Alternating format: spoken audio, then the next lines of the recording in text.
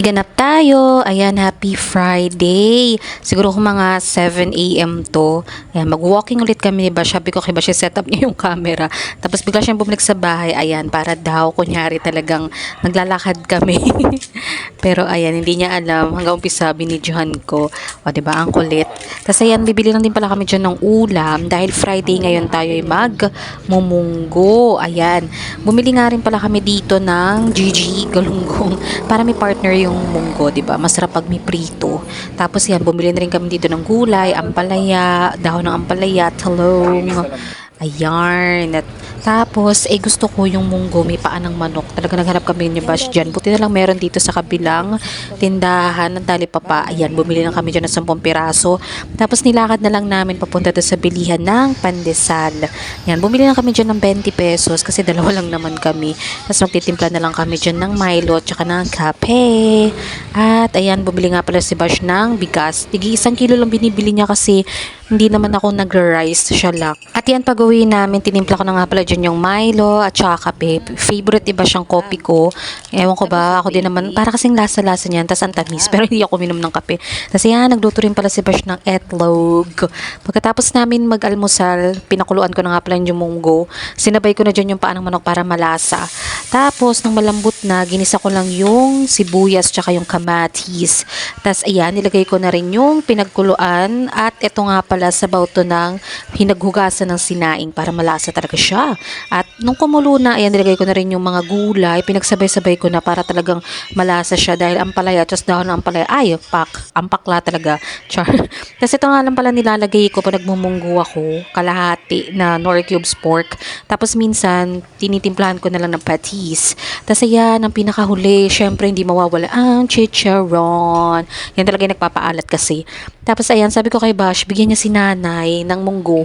Ayan, kasi marami din naman kami naluto. Pak, o diba? Nagpapalakas na naman to si Bash eh. Gusto talaga niya marami siyang beshi. Wow. Munggo ay kapalit ng lechon. Gagi. Ginagawa talaga to ni Bash kasi gusto daw niyang kuning ninang si nanay dun sa kabila. Charot. Pero ayan na nga, nagbigay na nga kami ng ulam. Tapos kumain na rin kami. Yan, kain po tayo. Gigi at munggo. Pagdating ng hapon, naghanap kami ni Bash ng pwedeng paggalaan para matagtag na naman ako. Makapaggala-gala, lakad-lakad at maalog sa e-bike. Char. Tapos ito nakita namin, ang ganda sa Carmona Munisipyo. Paskong Pasko na talaga, may mga pailaw sila. Tapos meron pang napakalakas na sound trip talaga. Feel na feel mo ang diwa ng Pasko, char. Kasi yan, meron din pala sila mga pailaw, mga panglaro ang bata. Kaya mag-enjoy talaga dito mga pamilya, lalo na yung mga bata, mga chikiting. Tapos kung gusto niyo naman mag-food trip, ayan, ang dami nilang pagkain dito. May food bazaar sila. May mga siomai, chicken pastel, may ihaw, may mais. Hindi ka talaga mauubusan ng pagkain yan. May takoyaki pa nga eh. Sobrang sarap. Pero kami ba siya mantingin lang, char. Kasi yan, di ba, pak? Ang nagsilbi ni Pak, ang ganda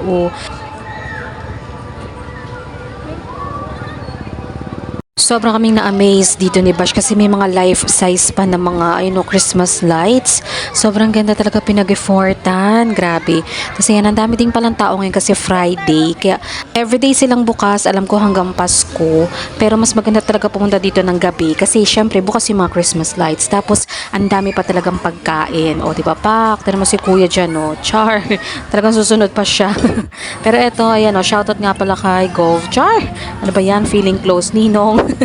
Pero ang ganda talaga dito. Kaya kung gusto nyo lang mag-chill, relax, o kaya mag-picture-picture, eto maganda talagang spot. Open siya sa public kahit hindi ka naman taga Carmona. Pwede ka ditong tumambay. Tapos ayan, bumili nga pala kami dyan ni Bash ng mais kasi hindi na talaga namin natiis ang bango-bango. Pagkatapos, umuwi na rin agad kami kasi nga gabi na. Ayan, baka makamuga ng bondage.